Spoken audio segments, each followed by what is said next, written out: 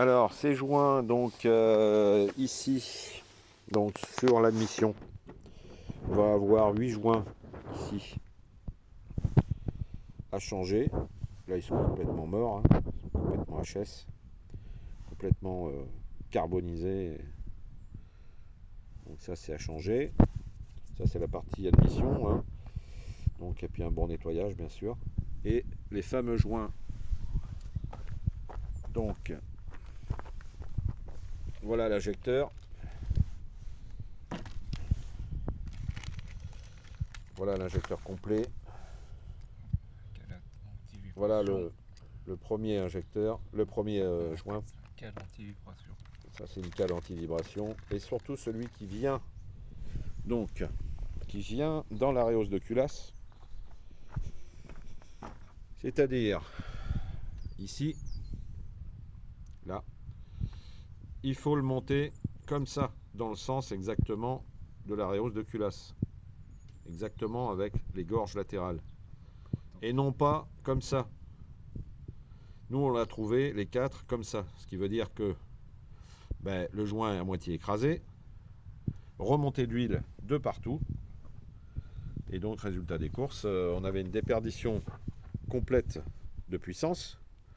Et puis, des fuites d'huile sans arrêt. Donc, ça dégueulait partout sur le carter, etc. Donc, on avait beau nettoyer, changer le joint de cache-culbuteur qui vient au-dessus, là, ici. Ça fuyait toujours.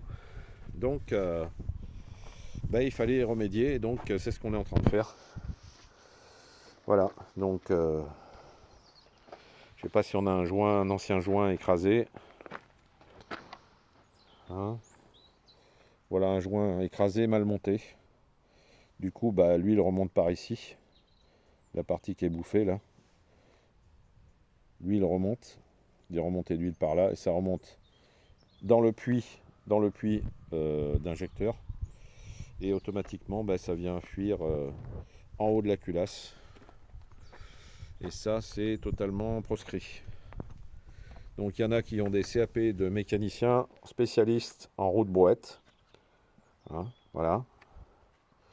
Et je me demande d'ailleurs comment ils peuvent monter des garages et revendre des voitures en ayant fait une révision comme ça. Voilà.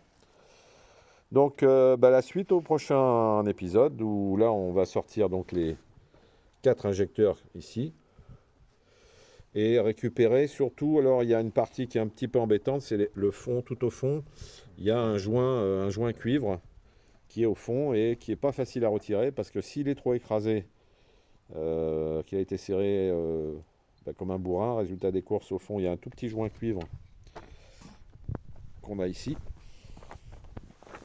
en fait, qui vient se positionner là, qui est là. Voilà le joint cuivre.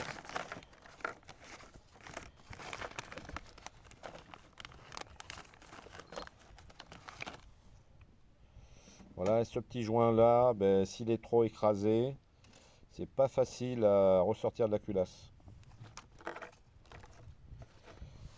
Donc pour ça, on a un système. Il faut un système avec une tige assez longue, hein, puisque